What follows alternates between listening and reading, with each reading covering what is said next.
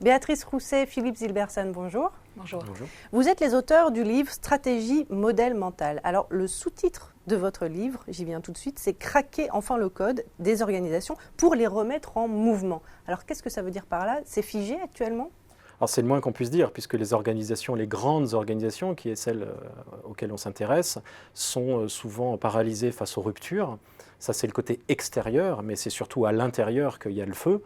Les enquêtes d'engagement sont catastrophiques. Tous les cadres rêvent de quitter ces entreprises pour aller devenir artisans ou entrepreneurs.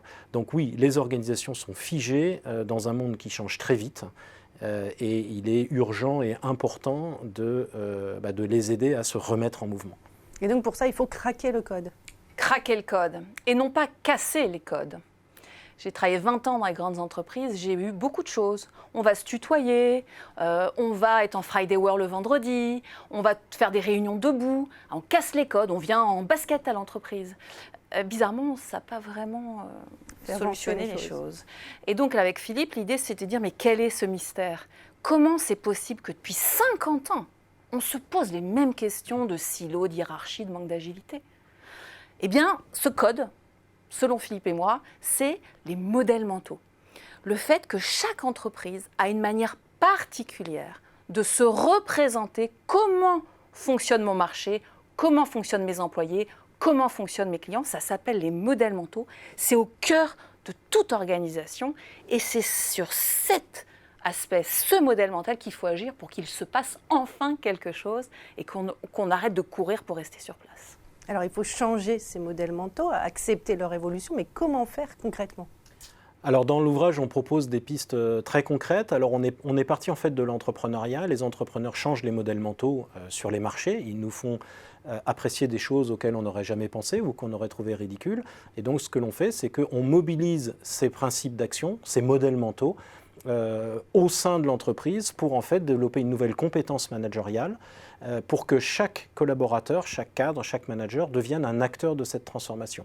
Un exemple parmi d'autres, on développe la notion de perte acceptable.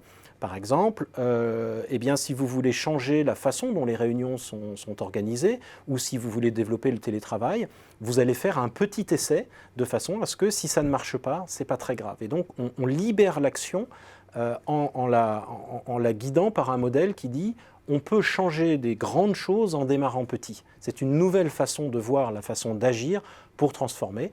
Et donc on propose dans l'ouvrage une série de modèles que les cadres peuvent s'approprier, mobiliser pour devenir des acteurs de cette remise en mouvement.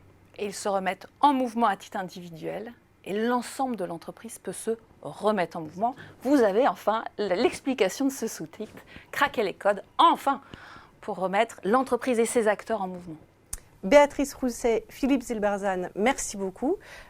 Pour ceux qui veulent en savoir plus, je renvoie à la version longue de cette émission que nous avons tournée ensemble. Et pour ceux qui veulent en savoir encore plus, je renvoie donc à votre ouvrage Stratégie, modèle mental, craquer enfin le code des organisations pour les remettre en mouvement.